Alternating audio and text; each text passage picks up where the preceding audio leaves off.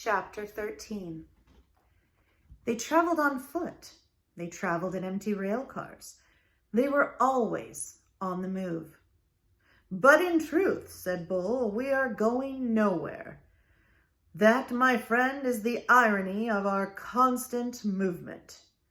Edward rode in Bull's bedroll slung over Bull's shoulder, with only his head and ears sticking out. Bull was always careful to position the rabbit so that he was not looking up or down, but instead forever looking behind him at the road they had just traveled. At night, they slept on the ground, under the stars. Lucy, after her initial disappointment about Edward being unfit for consumption, took a liking to him and slept curled up beside him. Sometimes she even nestled her muzzle on his china stomach, and then the noises she made in her sleep, whimpering and growling and chuffing, resonated inside Edward's body. To his surprise, he began to feel a deep tenderness for the dog. During the night, while Bull and Lucy slept, Edward, with his ever-open eyes, stared up at the constellations. He said their names, and then he said the names of the people who loved him. He started with Abilene, and then he went to Nellie and Lawrence, and from there to Bull and Lucy, and then he ended again with Abilene. Abilene, Nellie, Lawrence, Bull, Lucy, Abilene. "See," Edward told Pellegrina, "I am not like the princess. I know about love." There were times, too, when Bull and Lucy gathered around a campfire with the other tramps. Bull was a good storyteller and even better singer. "Sing for us, Bull," the men shouted.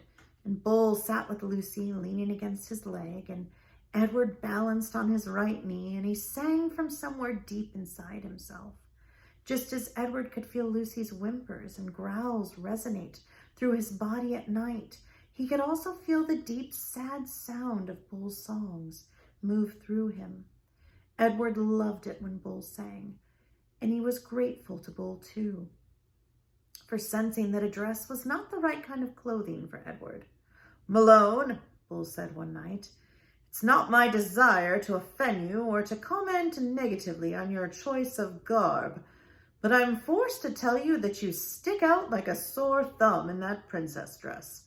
And also, again, with no wish to offend you, that dress has seen better days." Nellie's beautiful dress had not fared well at the dump or in its subsequent ramblings with Bull and Lucy. It was so torn and dirty and full of holes that it barely resembled a dress anymore. "I have a solution, but I hope that it meets with your approval." And he took off his own knit stocking cap and cut a big hole in the top of it and two small holes on the side of it. And then he took off Edward's dress. "Look away now, Lucy," he said to the dog. "Let's not embarrass Malone by staring at his nakedness." Bull slid the hat over Edward's head and pulled it down and poked his arms through the smaller holes. "There you go," he said to Edward. "Now you just need some pants." The pants Bull made himself, cutting up several red handkerchiefs and sewing them together so that they formed a makeshift covering for Edward's long legs. "Now look at you.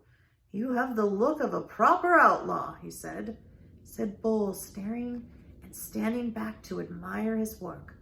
"Now you look like a rabbit on the run."